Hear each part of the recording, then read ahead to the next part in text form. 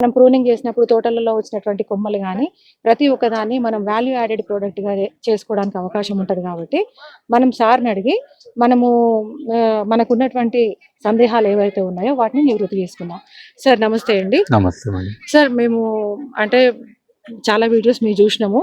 మేము చేస్తున్నటువంటి న్యాచురల్ ఫార్మింగ్‌లో భాగంగా బయోచార్ గూడా నేలలో సేంద్రియ కర్బనం తగ్గిపోతుంది. దాన్ని మళ్ళీ మనము ఆహ్, రీకలెక్ట్ చేసుకోవాల్సినటువంటి అవసరం ఉన్నది అని చెప్పేసి అంటున్నారు కదా! దాన్ని మనము కేవలం బొగ్గు ద్వారానే నేలకి అందియొచ్చా? తర్వాత పంటలు యాజ్ ఇట్ ఈస్‌గా మనకు అట్లానే పెరుగుతాయా? మళ్ళీ మీరు కేవలం బయోచార్ మాత్రమే మీరు మీ యొక్క సబ్జెక్ట్‌గా మీరు ఎందుకు ఎన్నుకున్నారు? మీరు దీనికోసం ఎందుకు పని చేస్తున్నారు? ఇది నేలలో ఉన్న కార్బన్ 0.4 కంటే తక్కువ ఉన్నది అని అంటున్నారు దాదాపుగా. ఇప్పుడు సాయిల్ హెల్త్ కార్డ్స్ అని గవర్నమెంట్ ఆఫ్ ఇండియా కూడా మొత్తం పెద్ద ఎత్తున దీని మీద స్టడీస్ చేసి మ్యాపింగ్ చేసి అలా కంప్లీట్గా చూపెడుతున్నారు. అయితే ఈ యొక్క సాయిల్ ఆర్గానిక్ మ్యాటర్ లేదా సాయిల్ ఆర్గానిక్ కార్బన్ ఇది ఏదైతే అంటామో ఇది టోటల్గా తగ్గడానికి మళ్ళా మనము పంట తీసుకున్నాక పంట వ్యర్థాలను కంపోస్ట్ చేసో లేదా ఎరువుల రూపంలోనూ అంటే పశువులు తిన్నాక వచ్చిన ఎరువు అనండి లేదా ఇతరత్ర ఎరువులు కూడా అది కోడి ఎరువు మేకలు గొర్రెలు ఇట్లా ఉంటాయి కదా అన్ని రకాల ఎరువులు కలిపి మనము భూమికి అందించే ఏదైతే పాత పద్ధతులు ఉండేనో అవి కూడా తగ్గిపోయినాయి. రెండోది ఈ మెకనైజేషన్ దాంట్లో సీజనల్గా దున్నడము దాన్ని ఎక్స్పోజ్ చేయడము ఏ రకం చెట్టును చూసినా ఇది పనికిరాదు ఇది ఉండొద్దు ఓన్లీ పంట అంటే ఈ ఇత్తనమే ఉండాలి. హెడ్జ్ రోస్ అని ఉండే ఇంతకుముందు మనకు వరాల పొంటి వరాలు కూడా పెద్దగా ఉండే దాంట్లో అన్ని రకాల జీవ వైవిధ్యంతో కూడా ఇంత పచ్చిరేట గీచిరేట అన్నీ ఉండే ఇంత కట్ చేసి అందులో కాన్గాకు క్లర్సిడియా ఏదో ఒకటి అందులో వేసుకొని దున్నేటోళ్ళు. సో అవన్నీ కూడా ఇప్పుడు పద్ధతులు లేవు పోయినాయి. అయితే సాయిల్ ఆర్గానిక్ కార్బన్ పెంపొందించాలనేది ప్రపంచవ్యాప్తంగా ఒక పెద్ద ఛాలెంజ్. దేశం అంటే మట్టి కాదోయి దేశం అంటే మనుషులోయ్ అని అన్నారు. అది కంప్లీట్గా ఇప్పుడు విరుద్ధం ఆ పదం. దేశం అంటే మట్టే ముందు మట్టి లేనిది దేశం ఏడు ఉంటుంది మట్టి లేనిది మనుషులు ఏడు ఉంటారు మట్టే పోయినాక ఏం మొలుస్తుంది ఇదిగా దేశం. అవునండి. సరే ఆ పాటలో వేరే మీనింగ్ ఉంటుందేమో కానీ నేను చెప్పేది ఇప్పుడైతే అందరు కూడా ఊహించుకున్నది లేదా మున్ముందు ఏదైతే ప్రాబ్లమ్స్ ఉంటాయో దాని గురించి అనుకున్నది మట్టిని ఇమీడియట్గా మనం మంచిగా చేయాలి అనేది ఫస్ట్. అగ్రికల్చర్ అనేది రెండోది. అగ్రికల్చర్లో మనము ఏం చెట్లు పెడతాము అందులో పనికొచ్చేది ఏంది కమర్షియల్ ఏంది తినేది ఏంది ఆయిల్ గీలు ఇట్లా అన్ని రకాలు ఉంటాయి పండ్లు కూరగాయలు అన్నీ ఉంటాయి. ఫస్ట్ మట్టి అన్న తర్వాత అది రెండోది కదా బేస్ అనేది ముందు ఉండాలి. అయితే గవర్నమెంట్లో కూడా ఈ ప్రోగ్రాంలు పెట్టి మీరు ఎరువులు చేయండి వేయండి మీరు అది చేయండి వేయండి చెప్పడం మస్తున్నది అల్కగా. కానీ మనుషులకు ఏదైతే టైము దాన్ని కేటాయించాలనో దాన్ని కటింగ్ చేసి ప్రాసెసింగ్ చేయాలనో దాంట్లో ఎంజైమ్స్ కానీ ఇనాకులెంట్స్ కానీ ఇవన్నీ యాడ్ చేయాలనో ఇవన్నీ వేసుకుంటూ వెళ్ళాలి కదా. అందులో కూడా చాలా సైన్స్ ఉంది. మైక్రోబయాలజీ అనేది కూడా ఉంటుంది అందులో. బయో ఫర్టిలైజర్స్ అండి బయో ఇనాకులేట్స్ అండి బయో సిమ్యులెంట్స్ అనండి ఈవెన్ వేస్ట్ డీకంపోజర్ అని ఈ మధ్యన మీరు చూసి ఉంటారు. అది పెద్ద ఎత్తున రైతులు కూడా వాడుతుండ్రు మంచి మాట. సో అట్లాంటి మనకు తెలియని చాలా ఉన్నాయి. ఇవన్నీ చేస్తే యాక్సిలరేట్ అవుతుంది. సరే ఇన్ని చెప్పినా కానీ నిజంగా అందరు చేస్తున్నారు అంటే చాలా దూరం ఉన్నారు. ఏదైనా కొనుక్కొచ్చి చేస్తాం మరి ఎవరు చేయాలి నీ అంతలు నువ్వు చేస్తలేవు కొనుక్కొచ్చి చేస్తా అంటే ఎవరో చేసేయాలి.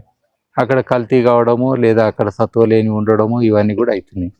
రెండోది ఏంటంటే ఇచ్చిందన్న ఇప్పుడు మనం తిన్నది పేకి పట్టిందా అని ఒకటి అంటాం. సో ఇచ్చిందన్న భూమికి పోయిందా అది చెట్టుకు పోయిందా. యూరియా వేస్తే 30% పోతే ఎక్కువ మొత్తం గాలిలో పోతుంది లేకపోతే చెర్లకు పోతుంది లేకపోతే కాలువలో పడిపోతుంది కళ్ళ ముందట్నే. ఎందుకంటే చెరువు పచ్చగా అయిందంటే పోయినట్టే. ఇట్లా మనకు డైరెక్ట్ లాసెస్ కూడా కళ్ళ మీద కనబడుతున్నాయి. రెండోది మీరు నిజంగా చెట్టుకి ఇవ్వాలని ఇచ్చిరా లేదా అట్లా ఇవ్వాలని ఇచ్చిరా పొలానికంటే చాలా మంది ఎవరో పనికి వచ్చిన వాళ్ళు ఉంటారు ఇట్లా చల్లుకుంటూ పోతారు. నిజంగా ఏ రేడు ఉంది చెట్టు ఏడు ఉంది కరెక్ట్ ఆడ పోతుందా ఏ టైంలో వేసినావు మళ్ళీ నీళ్ళు ఎప్పుడు పెట్టినావు ఇవన్నీ ఉంటాయి కదా. అవన్నీ ఏం లెక్క లేదు. వేసినాం ఇన్ని కిలోలు వేసినాం ఇంత మసాలా వేసినాం మసాలా అనే పదాలు కూడా పెట్టుకోరు. కట్ల అంటారు, మళ్ళీ దాన్ని ఎరువుల సంచులు కట్ల అంటారు, అవునా కదా? అవును. ఇన్ని కట్టలు వేసినాం అన్ని కట్టలు. అయితే దాన్ని చెట్టుకి అందియాలంటే దాన్ని ఏదైనా ఒకటి పట్టుకోవాలి, మనకు ఒకటి ఉమ్, పట్టుకొని చెట్టుకి వేరుకి అది అందియాలి. కాబట్టి మనకి బొగ్గు అనేది ఏదైతే ఉన్నదో ఈ బొగ్గుల గుణాలు అన్నీ ఉంటాయి అన్నట్టు. ఉమ్, ఇప్పుడు మీరు ఛాయ్ తాగాలంటే చేతిలో కూడా తాగొచ్చు, అవును. తాగరు కదా, అవును. ఆకులో కూడా తాగొచ్చు. అది ఇన్కన్వీనియంట్ అని తాగం. మనకు గ్లాస్ కావాలంటాం, కప్పు కావాలంటాం, అట్లా అంటాం. సో అట్లా ఈ బొగ్గుల ఏమవుతుంది అని అంటే ఇది మొత్తం మనం ఇచ్చే అన్ని మెటీరియల్స్ ఎరువులు ఇచ్చిన ఛార్జింగ్ అంటాం. ఉమ్, దీని ఎరువులతోటి కలిపి ఇవ్వాలి. డైరెక్ట్ గా ఇది ఇచ్చినా ఉపయోగం లేదు, అస్సలు సంబంధమే లేదు. డైరెక్ట్ ఇస్తే ఏం సంబంధం లేదు, అయితే కలిపి ఇవ్వడం కరెక్ట్. అయితే మామూలు జనాలు రైతులు ఏమనుకుంటున్నారంటే ఇది బయోచార్ మనం బొగ్గులు చేసి బొగ్గులు పొలాలలో వేయడం వల్ల టన్నులు వేయడం వల్ల విపరీతంగా మన పంట వృద్ధి జరుగుతుంది. అదే మీకు డిలే అవుతుంది, లాభం అవుతుంది, లాభం కాదని కాదు. ఫర్ ఎగ్జాంపుల్ ఈ ఇయర్ మీరు వేసిర్రు, నెక్స్ట్ ఇయర్ కి సెట్ అవుతుంది, డిలే అవుతుంది. అంటే మనం ఇమీడియట్ రిజల్ట్స్ కావాలనుకుంటే ఈ బొగ్గులో ఇమీడియట్ గా కలిపి ఇస్తే ఫాస్ట్ రిజల్ట్స్ వస్తాయి మీకు. అంటే ఏ ఎరువైనా కానివ్వండి, ఏ ఎరువైనా సరే, మీ జీవన ఎరువులు ఉంటాయి కదా, ఆర్గానిక్ ఫర్టిలైజర్స్ రకరకాలు, అన్ని కూడా కల్పించుకోవచ్చు. పంచగవ్యాలు కానీ ఏదైనా కానీ. అయితే అందులో కొన్ని పద్ధతులు ఉన్నాయి, ఆల్రెడీ నేను కొన్ని చెప్పిన, ఎట్లా చేస్తే కరెక్ట్ అనేది చెప్పిన. సో అది చేసి మనం ఇచ్చుకోవచ్చు. అప్పుడు ఏమైతుందంటే ఇందులో ఉండే ఈ యొక్క సర్ఫేస్ ఏరియా అంటాం, ఒక చెంచాడు బొగ్గలు కూడా ఒక ఫుట్బాల్ ఫీల్డ్ అంత ఏరియా ఉంటుంది. సో దాని మూలాన ఏమవుతుంది అని అంటే ఈ టోటల్గా అబ్జార్ప్షన్ అంటాం రెండు. అంటే దీని మీద కూడా పట్టుకొని ఉంటుంది, దీని లోపల కూడా పోయి ఉంటుంది. అర్థమైంది కదా? సో అదంతా కూడా పెరిగి, ఇంకోటి ఇది నిర్జీవం గుర్తుపెట్టుకోండి. తర్వాత ఇది 100 ఏళ్ళు ఉంటుంది. మీరు ఒక ఇల్లు కట్టి 100 ఏళ్ళు నా పిల్లలు ఉంటారు, పిల్లలు ఉంటారు అంటాం కదా, అట్లా మినిమం 100. తర్వాత ఇది 1000 సంవత్సరాలు కూడా ఉంటుంది. అంటే 1000 సంవత్సరాలు ఒక ఇల్లు ఉంటుంది అంటే ఎవరో ఒకరు ఉంటారు కదా లాజికల్గా. అంటే సూక్ష్మజీవాలు పోయి ఇల్లు ఉంటాయి, నివాసం ఏర్పరచుకుంటాయి, ఇండ్లు చేసుకొని అందులో ఉంటాయి, హ్యాపీగా ఉంటాయి. అవి మెల్లగా ఏం చేస్తాయి అంటే చెట్టుకు కావాల్సినవన్నీ అందిస్తుంటాయి. ఇప్పుడు మన కూరగాయల పంటలలో అయితేనేమో ఒక పంట తీసేసినా మళ్ళీ ఇంకో పంట కంటిన్యూ అవుతూనే ఉంటాయి అవి.